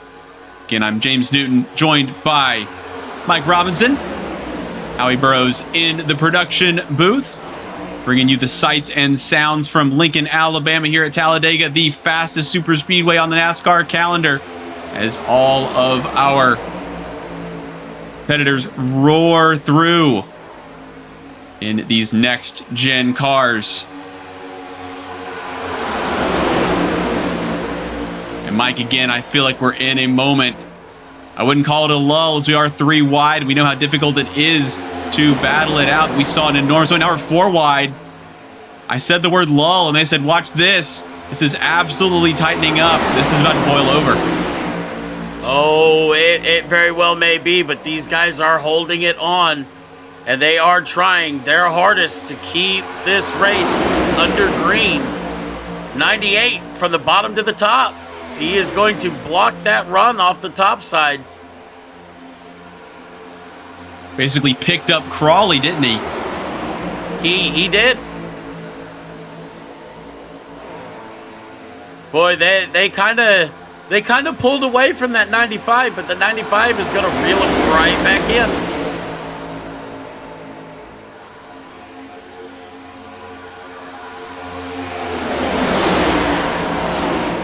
Still 3 wide for a couple of rows here. They are trying to make this line work.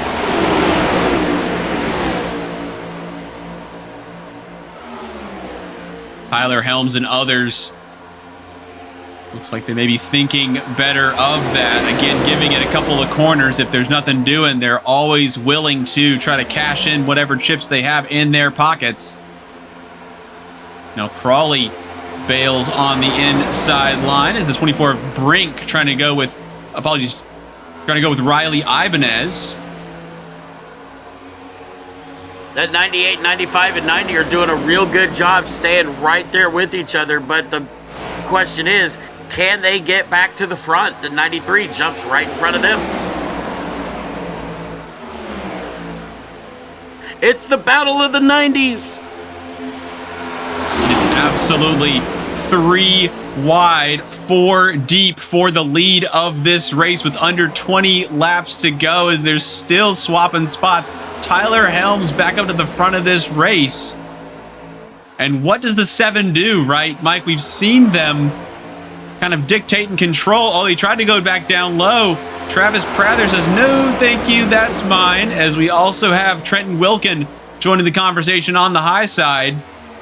And Helms again. Helms not necessarily looking for the lead right now, just trying to find a bit of breathing space. But wouldn't anybody love to find some breathing space here at Talladega?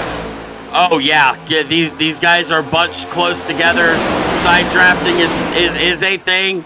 These guys are pushing for, like I said, every ounce of real estate they can get, and they are trying to go for gaps that will close super quick. It's Prather out front. Tyler Helms, DJ Lyon, Riley Ibanez, Emerson Crawley, Connor Blasco, Logan Brink, Maxwell Funderburg, Zachary Trevino, Hector Collazo up into the top 10. Nicholas Rowe just outside, and again, it's changing every single second. Here comes the inside line. What does Connor Blasco have to say about the top 2? Doesn't look like there's any kind of clearance on the 7, so won't be able to pop up to the middle, I don't believe. Now has a bit of a clear. And again, these drivers trying to work together until it doesn't favor them. Try something else new. It changes all the time. The 93 really flirting down low. Now goes up to the middle in front of Helms. Actually goes high side almost to the top lane. Trying to increase their minimum speed. Get a better run out of the corner. Make themselves a better candidate for the 7 PSS machine. They are already talking on the scanner about wanting to come down and pit for one last time. Can these guys make it to pit lane before a yellow comes out? Because a yellow will make or break everybody's strategy here. Absolutely. You also don't want to have 2 or 3 cars come down with you. You'd prefer to have everybody come down and be in the pack. Obviously, you can make up more spots if you get a good pairing or a good group. But you also don't want to be out there theoretically by yourself. Lap traffic. What do the leaders do here? Do these guys stay where they're at and the pack goes around them, or do these guys get out of the way and go? Finnegan Myers and Nicholas Martinez Jr. drivers been up in the top 10 almost all day long. They're going to huddle down to the bottom. They're working quite well together in terms of composure. And I assume they're just going to stay down to the bottom. Extremely hard cars to pass as well as they're working together right now. And we know that both drivers have been up at the front a handful of times. Yes, the 48's led a handful of laps, but the double zero definitely has led more than double-digit laps. And right now, Travis Prather is doing what I would do. He's sitting behind these lap cars. He is trying to extend his fuel mileage by letting those lap cars pull him around the track instead of him being out in the clean air and using more fuel. Very good look for the 58. Trying to use those opportunities. Do what you can with what you got where you are, as the saying goes. Tyler Helms getting a face full of clear air as the 93 pulls off. Gonna back out. Only 15 to go, Mike. And this one is running out of time. Drivers further back running out of time. The high side trying to make something work, and it looks like the inside line's getting a little bit longer. Trying to see who might be the one to pull out and make it 2 wide at the front or 3 wide further back. Oh, yeah. Oh, a little bit of a late move from the Ford there. Could have ended badly, but gathers it back up. That was Joseph Enright getting a face full of the number 4.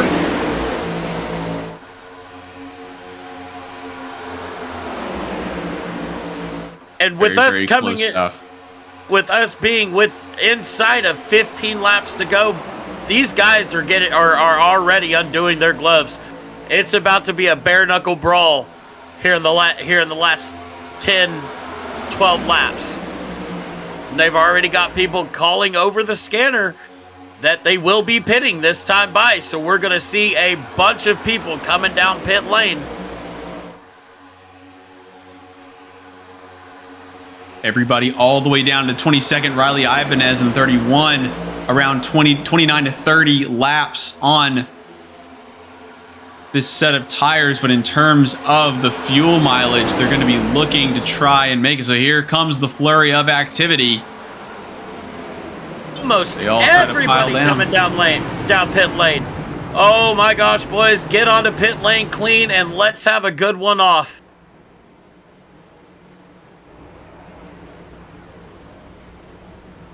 Seems like everybody's getting down pit lane cleanly. We will see on the exit. Looking out front, horrible stop for the 93. All kinds of sideways, and I still don't think they're properly in their box. Looks like they've gotten away cleanly now, but had to check up earlier on.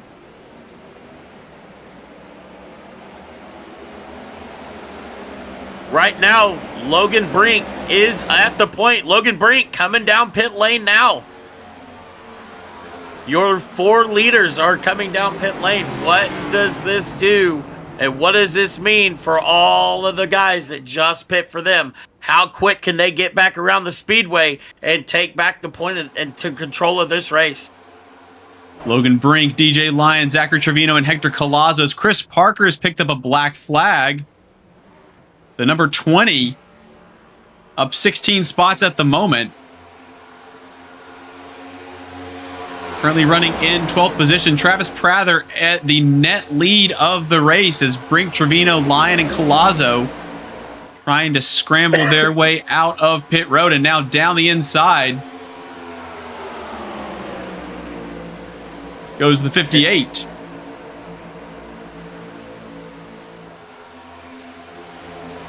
That will promote Logan Brink to the head. So Brink, Trevino, Colazzo, Lyon. Then it's Max Ford, Tyler Helms, Connor Blasco, Maxwell Funderburg, Trenton Wilkin, and Travis Prather hangs on to a top 10 at the moment after leading for so long. These boys are going to have to get up to speed quick because that 11 of Max Ford is coming with a head full of steam.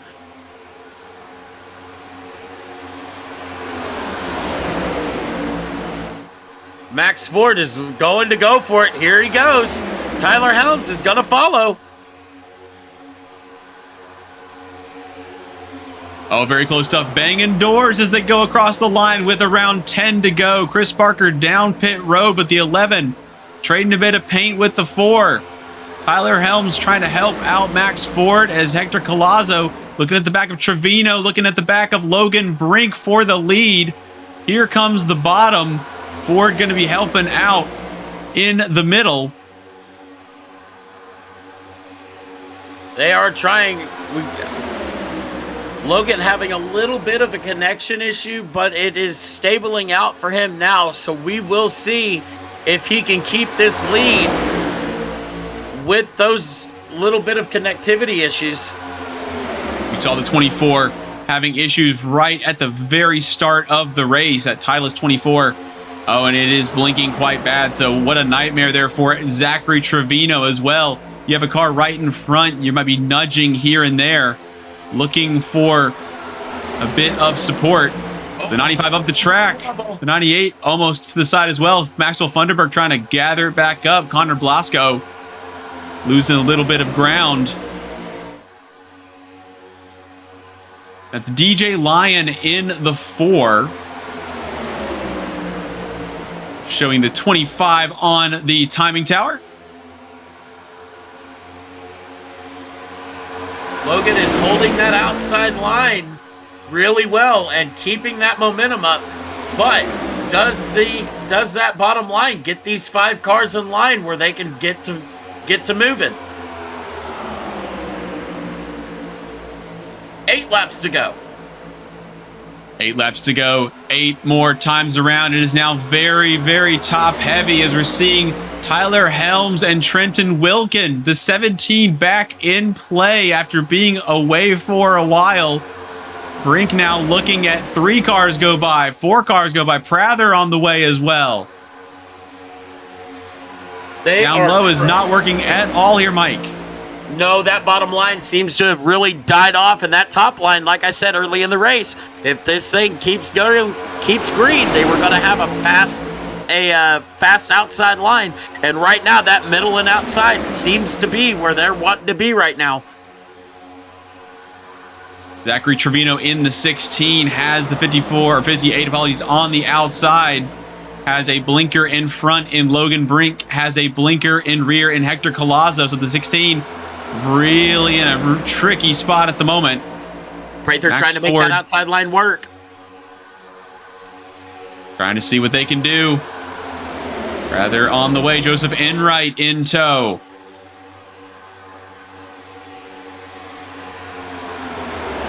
They are getting pretty racy here, so don't be surprised within the next 5 laps. These guys are going to be making all kinds of moves, and don't be surprised if we see some blocks. I think everybody's going to turn into Alexander Ortega. Going to be doing whatever they can, side drafting, slotting in front of a driver trying to overtake them, right? If you are moving to the inside as we're looking at the 54, or 58, apologies again, trying to have a look at the inside. Enright going with Travis Prather as Helms still leading the way. How long do you sit in behind the driver? In front is Wyatt Youngblood leading the charge on the outside. The question is how long does Prather stay with Helms? This is a good look for the bottom here, Mike. Apologies to step on it, but we're looking at the Trenton Wilkin, looking at the rear, or apologies, the 99 of Christian Zarate, looking at the back of Trenton Wilkin on the inside. Max Ford and the 26 of Axel Smith. A lot of drivers have been very, very quick all day, lining up on the bottom. Not the neatest run into turn 1 as somebody way up the track. About 2.5 lanes of movement in the rear. Bit of a swipe across the back of the field. And the outside line is getting an enormous push. Yeah, big push, big push. Top lane's still the longest and fastest one. Middle lane's trying to make it work. And that bottom line, again, has been dead for the last 10 laps. But they are trying to make it work. Tyler Helms still at the point. Prather behind him. And who is that 07? Joseph Enright. Joseph Enright. In third. Looking quite strong. 16 corners to go here, Mike. We are going to be bringing it to a close here at Talladega. They are absolutely 3 wide. There is the shot. They are bobbing and weaving. The 23 of Carmelo Echevarria in the middle. 35. Travis Prather looked trying to like have a look at the back of Helms as well. I don't know if that was a 35 or the 25, but he looked to be going to that outside line and tried to make it 4 wide. 98 shoots the middle. He's going to try and go for the lead. The bottom and middle lines are starting to form up. Here we go, boys. Tyler Helm looking to block that run in the middle. Does he have enough momentum to keep that bottom line from getting the same run? I think the 98 of Connor Blasco wanted all the way down to the bottom. Trenton Wilkins said, no, thank you. I think that M&M's machine wanted to come from the top to the bottom and get the shove, and there they go now. They had to wait 2 corners to do it. The 95 of Maxwell Funderburk having to look. Helms looking for any kind of help. They have to go to the high side to get it. Yeah, Helms is going to need all the help he can get right now, because right now that 98 and 95 are looking to be the strongest pushers on the track right now. Big snap there for the next gen number 7 PSS machine of Helms as Prather trying to have a look at the back. Connor Blasco leads him across the line with 2 to go here in just a moment. Maxwell Funderburk, Trenton Wilkin on the inside. Christian Zarate 4th in line. Then it's Max Ford in 5th. 98 to the high side, blocking that run from Tyler Helms. That might leave that door open for that 95 to shoot that bottom. How long does the 7th Trenton Wilkin try to hang in there behind Maxwell Funderburk? The 70's got to do something now. They're going to get a bit of help, but it's only going to help the 95. We have 1.5 laps to go here at Talladega. That 7 is going. Tyler is going to have to bide his time. You don't want to make that move early. Oh, we're going to have a wreck in the middle. They're still holding it. No yellow flag. No yellow flag. Come to the white. Get the white, boys. We're off the track. White flag is in the air. Tyler Helms is going to take it to the point. He is going to lead this lap. Now is the time that he has to be perfect. You cannot miss anything here. You have to watch everything that's going on in your mirror, but don't get caught mirror driving, because you will get turned doing it. Tyler Helms, half a lap to go.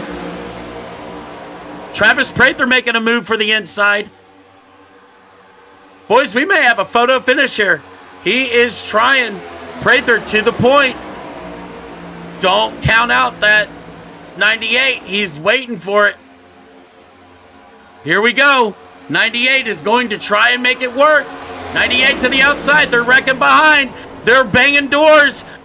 Oh, no. They're wrecking. 95 wins this race. The 17 down the inside. Trying to go for it on the dog leg. We're going to have another look here. So the 17 trying to have a look to come to the line, and it's going to dart from the right to the left. The 2 leaders banging doors. 17 into the quarter panel. They both collect each other. All 3 off the track. Helms coming home second. I believe the 99, apologies, of Zarate. And a black flag for Connor, or apologies, a black flag for Connor Blasco. And all 3 of those cars end up in, I was going to say on the grass, but in the wall for the 98. What a crazy end to this one. Oh, man. And that is the kind of finishes we come to expect here at Talladega. That 95 and Thunderbird out of nowhere. What a win. What a win. Right place, right time. Handful of accidents, as we saw earlier on. Zachary Trevino, I believe, was the car that had the issue early on before, but we were able to finish under green flag conditions as the 95 burns it down. Maxwell Funderburk taking the win here in Talladega. Fastest super speedway on the calendar, and the 95 came out on top. We see them 0.076 ahead of Tyler Helms in the number 7. The 99 Christian Zarate bringing it home in 3rd position. Then it's Joseph Enright 4th. Logan Brink 5th. Max Ford 6th. Joshua Carey 7th. Emerson Crawley 8th position. Zachary Trevino coming all across the line in 9th. And Jacob Bryant 10th. That top 10 race was insane. Axel Smith brings up 11th. Hector Colazzo comes home 12th. Carmelo comes home 13th. Jacob comes home 14th. Wyatt Youngblood in the top 15 rounds out your top 15. Finnegan Myers P16. Nick Martinez Jr. in 17th. Carmen Campbell in 18th. Corey Lyles in 19th. And Nicholas Rode rounds out your top 20. Having a look here at the outside of the top 20 drivers that finished a lap down include DJ Lyon, Chris Parker, Alexander Ortega, the 32, a big presence earlier on. Travis Prather, unfortunately, not making it to the end of the race there. Connor Blasco, Trenton Wilkin, and Riley Ibanez. 11 laps back was Calvin Harvey. 42 laps back was Jose Aguilar Lopez and Aiden Currit, 61 back. Other drivers who did not make the finish: Jason Hall, William Johnson, Michael Deach, JJ Moore, Asher Bunkley, Jackson Brown, Alexander Alvarez, and Damian Cisneros. Man, what a race. What a race. Absolutely wild finish. And it looked like for a second we might be having potentially a green-white checker as the racing was really hotting up. And again, as we've spoken about having 38 drivers in the field, but when it comes to the end, there are only about 10 or 15 drivers even in sight of the finish. And it just shows you how important it is for it to break your way, but also really trying to pick your battles. Absolutely. We will be having Maxwell Funderburk heading up into the broadcast booth here in just a moment. Maxwell, it's James and Mike in the booth. You got a copy? Yeah, I got a copy. Well, you crossed the line first, obviously, but some pretty crazy driving on the last couple of laps. It seemed to be ratcheting it up, and there seemed to be like they were running out of drivers up at the front and able to hang tough right at the end when it mattered. How was the race from your perspective? I mean, there's definitely a lot of up and downs the entire time. I worked really well with Connor the whole time. Worked really well with Nick Rode as well. It's a shame what happened on the pit cycle there. Yeah, but once we got past that first pit cycle, ran up front basically the entire time, or ran in that first 15 car pack. But I'm like out of breath. This is insane. This is my first ever UIS win in any of the three series, so it feels really special to get it in Cup. Man, before I have to sadly leave, what right place, right time, right? Yeah, honestly, I think that was a lot of it. I mean, I feel like that's just kind of how it is at these types of tracks. I mean, I was going to stick with Connor the entire way, and coming out of 4, I tried to go up with him, but I don't know what happened there. I think he might have gotten turned or something, but I was just, like you said, right place, right time, and I was able to stay in front and get the win. Hey man, as a league winner, it's always awesome to have it come at Talladega, and I can't tell you how many first-time winners I've seen come away with a win in their first league win at Talladega. Absolutely amazing stuff, man. Yeah, thank you. That was one hell of a race. I don't think I would have wanted it to go any other way. Oh, I wouldn't have either. Right place, right time. Right place, right time, man. The driver in me is happy for you, my man. Yeah, that was amazing. Maxwell, we're heading out to Texas next time out. How are you feeling about that one? I don't know if I'm going to run Texas, honestly. At this point in the year, I'm basically running on a part-time basis, but I heard you were part-time. Yeah, after what was it, Richmond, I just kind of got tired of not being able to do anything else on my Saturdays, so I told my team owner, Jackson Brown and Connor Blasco, I basically said, I don't want to do this stuff full-time anymore, and they got it worked out for me, so now I'm running part-time, so I'm not sure if I'll run Texas. I think it depends on... Actually, no, I won't be, because I'll be at the Knoxville Nationals next weekend. So, lucky. Yeah, I will not be at home. I'll be about 6 hours away from home up in Knoxville, Iowa. You know, I was going to give you crap for not running Texas, but you're going to be at the Palace, in my opinion. So, have fun with that, my man. Yeah, I definitely will. I think this will be my 7th Knoxville Nationals. So, Anybody that's listening that doesn't know anything about sprint car racing should definitely go do some research and try and make it up there for at least some sort of race, because it's amazing up there. Living in Oklahoma, I know all about my sprinters, man. Well, Maxwell, anybody you'd like to shout out or thank tonight? I want to thank all of Canadian Motorsports, Great Lake Motorsports. I mean, I want to thank. I got a lot of people to thank. I want to thank Connor Blasco, Nicholas Rode, Riley Ibanez. He was doing really good for a part-time start. Jackson Brown, sad to see his race go early. Calvin Harvey, he was up there even though he was lapped. I also want to thank. I'm trying to think. I guess I should say Trenton, because he did kind of give me that last push there that gave me the momentum to get up there. But I want to thank you guys for broadcasting. I know this is your first race back in a couple of weeks, but you guys always have really good broadcasts, so I want to shout you guys out. And if there's anybody still watching, I want to shout you guys out too. We don't have a ton of fans. We're trying to build our fan base up, but you guys are what keeps us going. So definitely nice to finally have that many people to thank. Maxwell Funderburg, thank you so much for joining us up here in the broadcast booth, and congratulations on coming home P1 at Talladega. Yeah, thank you guys. The 95 taking the win in quite dramatic fashion across the line.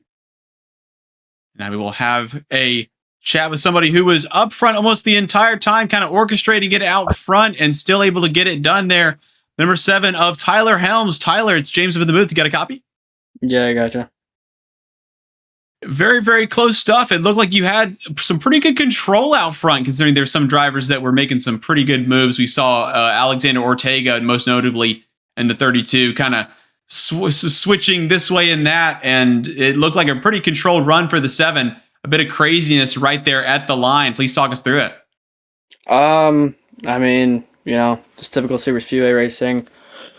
The third lane was a lot better than I think everybody would have thought it was, and Sky Racing, we always work the best on these super speedways, and we kind of realized how good the third lane was whenever you seen all 4 of us make that move to the outside, like lap 30 something, and then go to the front. So we knew, later in the race it was going to be important to be on the outside, as high up as you could be. So whenever me and Trenton got back to the front, we ran that third lane and then dropped to the second lane, and I had to jump back up. But Joseph Enright's an idiot, so that's why we didn't give ourselves a chance to win it today. Talk to me about fuel and tires, because obviously it looked from the eyeball test, it looked like no one was saving anything when it came to the racing out there, especially as the race came to a close about the last third or so. Looked like it was just absolutely going for it every single lap. Was that the case, or was anybody kind of holding back? It's hard honestly to tell. At the beginning, definitely nobody was saving at all. But that last run we had green flag pit stops, I was definitely saving. I know Trenton was saving as well, and Max was, because we knew we weren't going to be able to make it to the end, but we were trying to get, like a little bit of a shorter pit stop so we can jump to the front. And then I got to a point with like 8 or 9 to go before we had to pit, where I told Trenton, I'm like, we're not going to save anymore. Like, we weren't saving anything more as the run went on. And so we tried jumping up to the front, and that's where we got up to like probably 4th or 5th whenever we came down. But honestly, I was a little bit shocked with we weren't single file and fuel saving the entire time, and that, we were able to keep it green how we were late in that race, where we were 3 wide and, pushing super hard. Normally it's where you see those big wrecks, and, somehow we just didn't have that at all today. Yeah, we did see a couple of pretty serious ones, but fortunate enough to make it out of those. Heading out to Texas next time. How are you feeling about that one?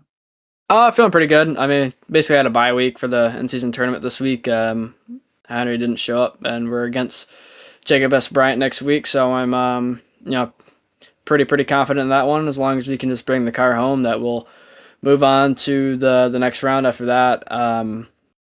and my teammates are going at it next week, Trenton and Martinez. So we'll see what waits on the other side of the bracket. Just sucks we couldn't get that win here today.